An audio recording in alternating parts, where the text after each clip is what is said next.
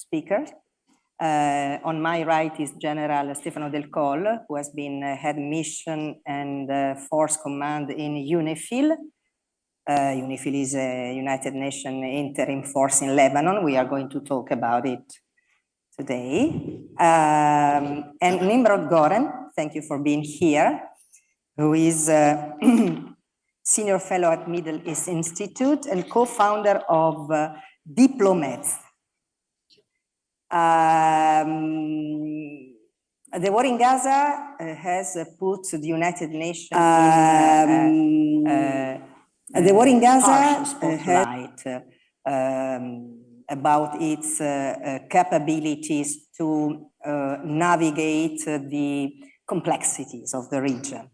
It has been criticized both for not be capable to stop the violence, not be capable to ensure accountability. There have been frequent comparison with Ukraine, the apparent robust international support for Ukraine, if compared with Gaza and after with Lebanon. Skepticism has grown among the international public opinion. Nevertheless, United Nations keep being in the region a crucial actor for everything which involves the humanitarian aid, shelters, medicines, food, water, not just in Gaza or Lebanon, but also in other areas. I'm thinking about Yemen, and for the peacekeeping. And we start from here because the news of the day is this ceasefire agreement reached by Israeli and Lebanon government. You must know the main points. We have 60 days to enforce the Israeli withdrawal out of southern Lebanon, Hezbollah with its military capability withdrawal north of Litani River, with the involvement of UNIFIL, which should monitor the ceasefire and the arrival of more Lebanese soldiers, Lebanese troops in the area. Generale Del Col, what is the first evaluation of this agreement? I think that first of all, we have to welcome the ceasefire because it went into effect early this morning, and they put a hand to the violence of and the sufferings of the people of both countries. We shouldn't forget that, I mean, at least 80,000 Israeli that withdrew from the northern village, so the north part of Israel, across the blue line, and the same happening in the south of Lebanon. I mean that now there is a necessity to keep respect of the ceasefire. Ceasefire doesn't mean peace, it doesn't mean a peace agreement, of course. And peace doesn't mean it's the contrary of war. So peace that we wish that I mean, everybody wishes that the two countries will be able to sign on a peace agreement in the future. But this is the first step. To stop the violence, and then we will see. And you, Israel has agreed this time with a difficult but almost unanimous vote in the government. And we have the framework of the Security Council Resolution 1701 that was not enforced. Israel complained about this since 2006. What is your evaluation? It's a very positive development. Okay, we've been suffering a year plus of a war that, as was mentioned, impacted so many lives, so many people, both in Israel and Lebanon, setting aside Gaza for now because that's a separate issue, with a lot of diplomatic efforts that until now failed time after time. And I think the ceasefire agreement reflects that diplomacy can work and that wars can end. And that's a very important message, I think, for people both in our region and within the international community. The American and the French mediation was very much appreciated. I think now we are entering this phase in which there is a lot of sensitivity about how will that agreement be implemented on the ground. There is interest among different sides to see that succeed, and that's a positive aspect. And if it succeeds, it shouldn't be the final step, because we have other issues to move forward on between Israel and Lebanon.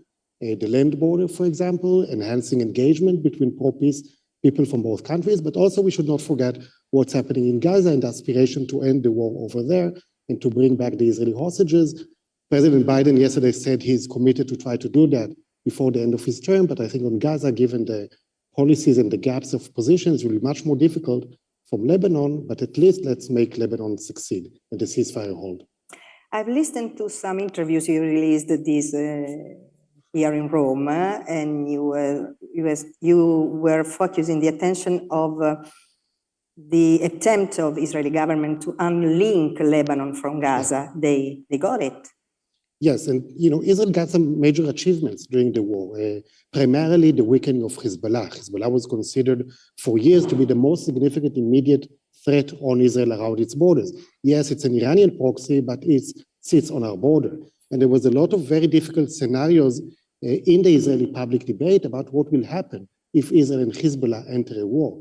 And eventually Israel showcased that it had the upper hand over Hezbollah, and despite the massive rocket attacks that came into Israeli territory, that was very different than what people anticipated. So Israel managed to dismantle the Hezbollah capacity or to infiltrate the northern part of Israel, to do like October 7 from the north.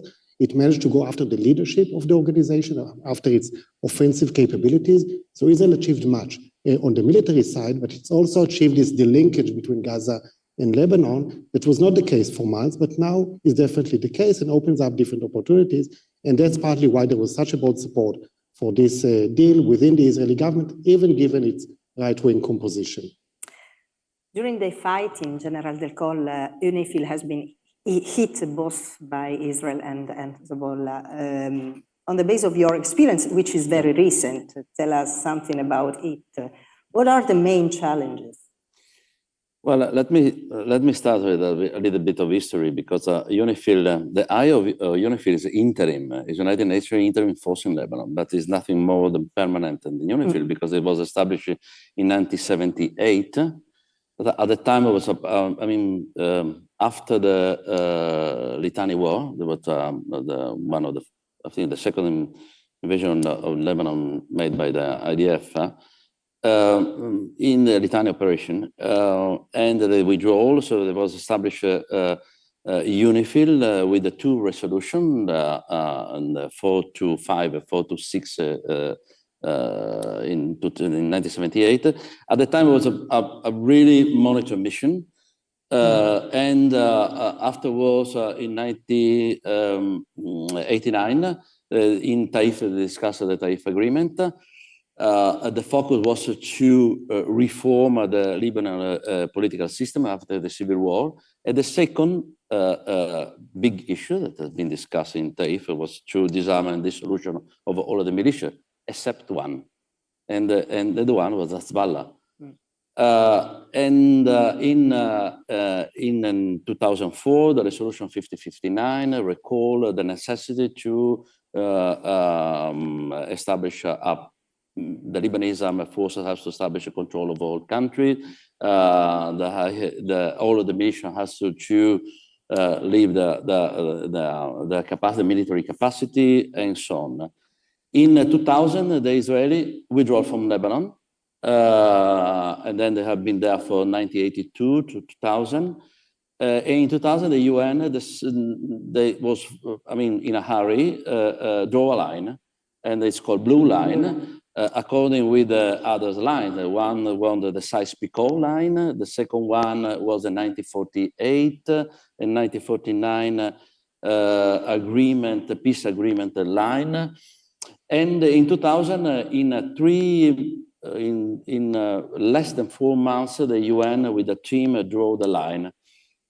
And the line was used a map, 150,000, so it means that the 1 centimeter on the map is 50 meters on the ground. So the necessity was to mark the line. Yeah. And marking the line is a big and very difficult process. We have the tolerance of 50 centimeters, and so the two teams have to allow with and mediated by the UN to decide where the pillar has to be built. And we have 13 areas that is still in, as I say, the contest process, so we have to discuss that. And the Lebanese do not recognize, doesn't recognize the line that is between Lebanon and occupied Golan, so it means the Sheba Farm.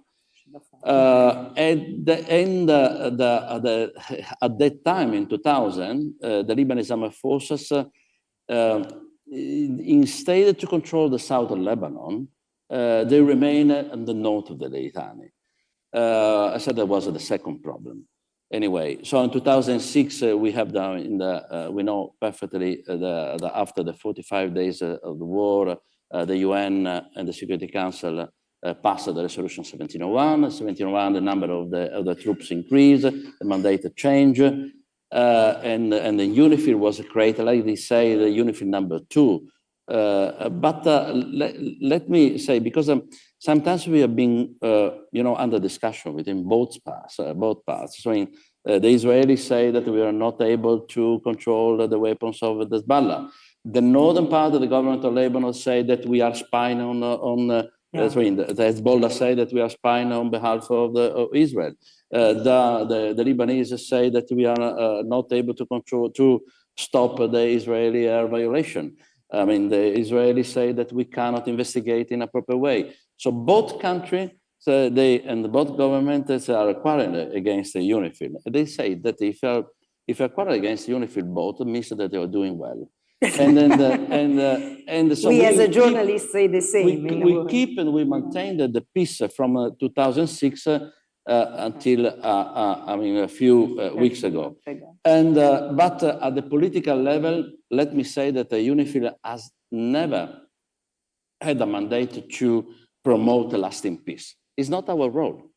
It's not our role. The role to promote the peace is from the parties, from Lebanon and Israel. And we mediate, also is mediated by UNSCOL. UNSCOL is the political mission in Beirut.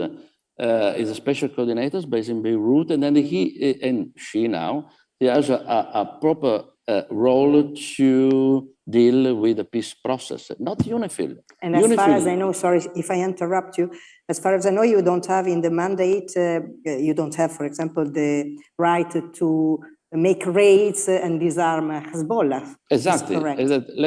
Let me say this. So we monitor all of the violations, and we reported the violation to New York. New York, every 4 months, the Secretary General signs a report on implementation of 1701. It's a public. So you go to the website of the UN, you can withdraw all the reports. And in the annex report is written all the violations committed by both parties. I mean, in the Israel, the IDF, and also Hezbollah. And UNIFIL suffered. We lost, the peacekeepers lost their life in south of Lebanon. So we have a big incident in 2007 with the 6 peacekeepers lost their life because they blown up with an UXO. And also we suffer from a few other incidents. So what I want to say in we are, so the only, the mandate that we have is to report a violation. We cannot get inside the private property. We cannot investigate inside the Lebanese authorities. Who is the space owner, as we say in the military terms, is the government of Lebanon. So we ask the government of Lebanon to investigate. We cannot do properly. So, and many times in 2018, when we find the tunnels that cross the blue line, so I asked the government of Lebanon to allow me and by peacekeepers to investigate in certain area where we know and we presume that there was the entry point of the tunnels. So we were never allowed to do that. And so we report we sign on a few reports and address that to the party in New York. So that is really important because we never were free. We never enjoyed the freedom of movement because when we passed in a certain village, we have been blocked for the side, and everything is written. So no surprise, no surprise. Sometimes that I heard by the parties of journalists say, "Oh, why UNIFIL is not control the weapons of Hezbollah?" Because it's not the mandate. We cannot do that. Nonetheless, you make a very crucial activity. I was in Lebanon in October and November, and all the aid distributed in the south was with the indispensable help of UNIFIL. I would like to ask Nimrod Goren, first of all, if he has something to comment. First of all, the comments on this crystal clear explanation of the rule of engagement of UNIFIL in southern Lebanon, and then introduce a topic that we cannot forget, these difficult relations between Israel and the United Nations, the suspect, the accusation on UNRWA involvement in 7th of October, the decision made by Parliament to ban UNRWA starting, if I remember correctly, 20th of January. That would have a great impact, not just in Gaza. I visited many schools of UNRWA in West Bank, from Bethlehem and they have an important role in educating hundreds of thousands of Palestinian children, not just in the West Bank and Gaza. Guterres named persona non grata, and so on. So what, in your opinion, is at the origin of these great difficulties, and if there is any perspective that can be solved? Yeah, thank you. And I'll begin by relating to some of the words of the general, because I think you reflected a lot of the difficulties, both in terms of even understanding of what the mandate is, and if those accusations are happening within the broad policy levels, imagine how the publics on different countries could be mobilized to see the UN as some kind of a hostile or failed agency or people interacting. So there's not a lot, I think, of acknowledgement of what, by definition, is the role of specific UN agencies. What is the UN in general? You know, in the Israeli society, often people accuse the UN of all kinds of resolutions, but eventually the UN is comprised of member states that have their decisions and cast their votes. But if we look a bit at the UNIFIL and the security dimension, I think it's important to define the security role and the political role, okay? Because on the security role, we started beyond the monitoring, and now with the ceasefire deal, there will be additional actors in the international community taking some of the responsibilities for monitoring. So now we have the Americans and the French and maybe other European countries, and those were traditional things were in the UNIFIL domain. So UNIFIL in a way is toned it down in terms of its future role in monitoring violations. But UNIFIL also, I think, managed to bring people together from the militaries of Israel and Lebanon in the past to discuss the land border, the 13 points that you mentioned, and it can, through the security lens, help create political progress or increase the engagement between people and for Israel and Lebanon. So when we look at the political motivation or potential of UN agencies, I think we see much more space to grow. Now, it all goes back to the second part of your question, which is the traditional problem that Israel has with the UN. And you mentioned some of the very recent examples that are very stark ones that receive a lot of attention. But if you look at the history of Israel-UN relations, you see that many of those attitudes are there for a long time. And there are multiple reasons for that. You know, first is the Israeli mindset that is emphasizing the need for self-reliance. So Israel will decide upon itself how to take care of its security challenges and will not abide by what other groupings or countries tell it to do. Okay, that's kind of within the Israeli mindset. There is an Israeli concern of multilateral organization as such, seeing them as places through which pressure on Israel to change policies is often carried out. And the UN definitely falls within that category. But we have other issues. We have the history of Israel and the UN. Of course, Israel was established after a vote at the UN on the partition plan back in 1947. But in the mid-70s, there was this resolution equating Zionism and racism that painted the UN in the Israeli debate in a very negative way. And then, of course, the accusation of the UN being more critical to Israel than other countries, conduct and statements by different actors within the UN system and how they are perceived in Israel. And finally, there's domestic politics, okay, because people play politics both in the UN and in Israel, sometimes against each other. And you see that in the way even speeches by Israeli officials, including in the UNGA, are being framed. You see it by reaction to special envoys from the UN. It's not only about now Guterres. Remember Robert Seri? He was the special coordinator in Jerusalem back then and also was boycotted at the time by the Israeli foreign minister, I think, Avigdor Lieberman. So we have a history of that. But there's also positive examples, and I would like to note the former special coordinator, Nikolai Mladenov, who was based in Jerusalem, representing the UN, and received much opening within the Israeli government than other officials did, especially because he had an impact on toning down tensions between Israel and Hamas in real time. That was when Trump was president back then, and American diplomacy did not really work, but also because he managed to communicate in a way that opened doors within the Israeli government, what we didn't see, I think, recently. So that's kind of the background for all this criticism, and it goes back to security and whether the Israeli assumption is that you can trust whether UNRWA and what we saw from links between some individuals involved in October 7 and UNRWA and in UNIFIL, and whether it stopped Hezbollah trying to create all this infrastructure. So there's a lot of question marks on that, but the UN is much bigger than these two agencies, and I think that should be remembered. Thank you. Let's go back to the UNIFIL. How can you imagine the enforcing of the ceasefire? I mean, we start today, we have 2 months. Maybe there will be violations. What are, in your opinion, on the basis of your experience, the main challenges? And if there is any suggestion also of some, change in the rule of engagement? I mean, how to revitalize UNIFIL mandate is the key. So what I want to say is that UNIFIL or all the other peacekeeping missions around the world will do what the Council tells it to do, no more, no less. So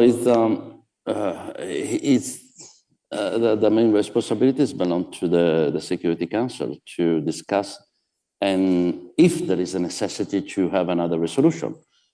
Otherwise, let me say there's a few points that we can stress. For sure, we needed to adapt or to change the rule of engagement.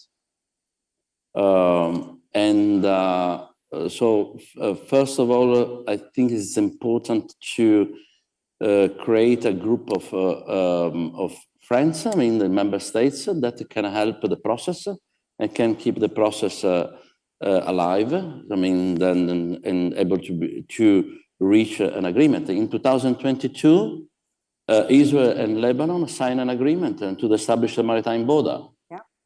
Well, so means that it's possible to do that. So why are not doing the same for the ground border? And the blue line, why it's impossible to define the blue line in a proper way? And this is the first step. So we need a group of member states that is helping also Lebanon and to create a proper state authority and the sovereignty. Lebanese armed forces has to keep control all Lebanon, especially that was also written in the 1701. It's not, but never reached the number that was written in the 1701. And now is the time to do that. We have to also to thank in the government of Italy that is leading one of the process to increase the capability of the Lebanese armed forces. In terms of the tactical... Sorry, then you will continue. Sorry to interrupt. Do you imagine or do you think it would be good, a bigger role of Italy, in this process? It's Italy is, we have the second largest contingency in the UNIFIL. The first is Indonesia, the second is Italy. Yeah. We're still maintaining troops, helicopters since 1979. in Lebanon, so Italy can play a role. That's exactly what happened a few days ago. I think that, we have to reinforce the Lebanese armed forces capabilities and exercise the full control of the states. So the Lebanese forces has a key role to establish and to maintain the ceasefire. At the tactical level, let me say that in terms of rural engagement, we need more accountability. So I mean that is when UNIFIL is asking to investigate, we need an answer. And also the private property as something that it has to be rewritten. So I mean the Lebanese armed forces has to be allowed with UNIFIL to get inside the private property immediately and not after months. And we need to restart the blue line marking. That is a good process to redefine the contentious point, and so it's not difficult. I mean, the important thing is the responsibilities belong to the parties. If the parties want to do that, UNIFIL can help immediately, because we have the power to do that. So if the government of Lebanon wants to control all the country with the Lebanese armed forces, please do it. We can help it. So we help Lebanon. For many years, we create, I mean, as we say, the civic activities. So we help also the community and 140 different villages on the south. So we are dealing with the municipality every day. So we are helping the Lebanese armed forces with also, as Italy in bilateral way with many other countries, but also UNIFIL is helping the Lebanese armed forces. What we need is strong Lebanese armed forces and to, reassess the balance of power inside Lebanon and Israel, that will be allowed to mark the blue line in a proper way and with empathy, let me say. So UNIFIL can draw a line that could be a proper border when the ceasefire will be signed in the future. There is also a lot of people. I was at the phone with Beirut this morning. Many people are going back to the south, despite the fact that both the Lebanese government and Israel said it's too early. Anyway, we will see empathy. It's a good word to for the time that is left to us to give you the... Sure, and I think there are three dimensions in which the UN can make more of a positive impact on regional diplomacy, because we are talking about specific conflicts, but one of the benefits of the United Nations is that it is represented throughout the Eastern Mediterranean. It has the offices in Cyprus, it has the office in Lebanon, it has the office, in Jerusalem, it has special envoys also to Syria. So there is a very strong UN presence within the Eastern Mediterranean, but it's not seeing all of that interconnected. And at a time when even the European Union is moving to acknowledge the importance of the Mediterranean, now there is a commissioner for the Mediterranean, there will be a DG Med perhaps in the new commission, the UN could put this hat of, we are in the East Med, and we can contribute to connect the dots between the different conflicts, because there's a lot of convergences. When you talk about the maritime border deal between Israel and Lebanon, there are a lot of lessons that are relevant to the Cyprus conflict, to the development of the Gaza Marine natural gas field on the shores of Gaza. So Mediterraneanism, I think, is something that the UN can play. Also the issue of multilateralism. So the UN is representing the multilateral system, but a lot of the engagement between Israel and its neighbors, including, by the way, Lebanon, is happening through minilateral and multilateral settings that are non-UN related. The East Med Gas Forum, the Climate Change Initiative of the Republic of Cyprus, and there's a space that multilateralism sometimes does not live up to its potential. There is now a global alliance for the two-state solution, but is it effective or not? So the UN can provide some guidance on effective multilateralism.